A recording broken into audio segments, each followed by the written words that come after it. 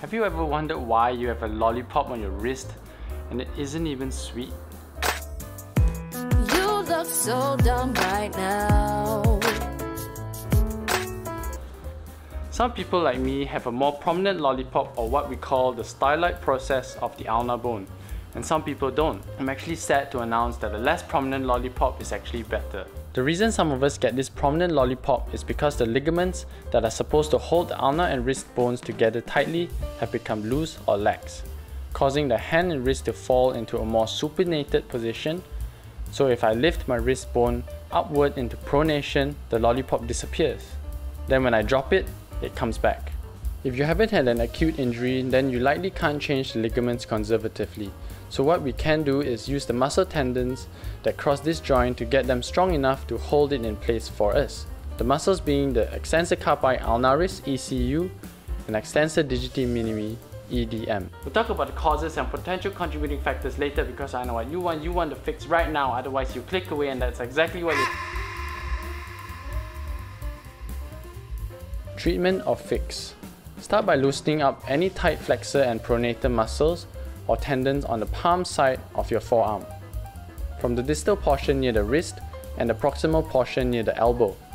Do this with a cross-friction massage and gentle massage through the muscle, helping the wrist and arm bones supinate better. Note that this is general advice and might not be specific to everyone. Do this if you find tightness in supination from here.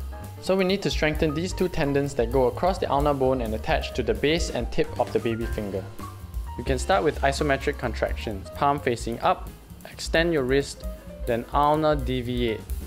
You'll feel the tendons of ECU and EDM contracting. You can put your finger there and feel it. Holding for 60 seconds, 5 to 10 sets at 7 out of 10 effort, 3 to 5 times a week.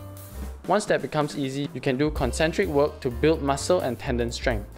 With more resistance on the band, do 8 out of 10 effort for 5 repetitions with 2 to 5 minutes of rest in between each set.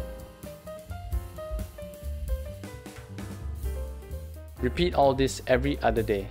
That will take at least 6 to 8 weeks of consistent, diligent exercise of these muscles to strengthen them sufficiently. You can also add some sport-specific plyometric workouts in. I personally like the wrist extension flips or 90-90 ball dribbles.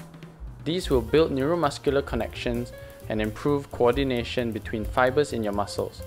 So when you are climbing or throwing and catching a ball, your wrist won't have problems reacting and recruiting muscles to do the job quickly. Do these plyometrics throughout the 6 to 8 weeks. So for those of you who want to know, causes depend on what you've been doing with your wrist. At your wrist level, when the ulnar collateral ligament, ulnar triquetral ligament, and or the ulnar lunate ligament gets looser due to being overstretched and healing in a loosened position, that's why the wrist bones fall into supination. This is also often associated with distal radio-ulnar joint instability.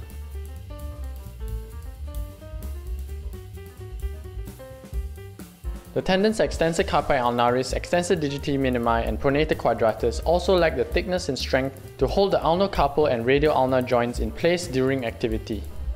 This is another exercise you can do to make the pronator quadratus muscle stabilize the distal radio-ulnar joint. However, this can be caused by lack of elbow and shoulder range of motion or stability, making the wrist take excessive load or compensate for range. Don't worry about it.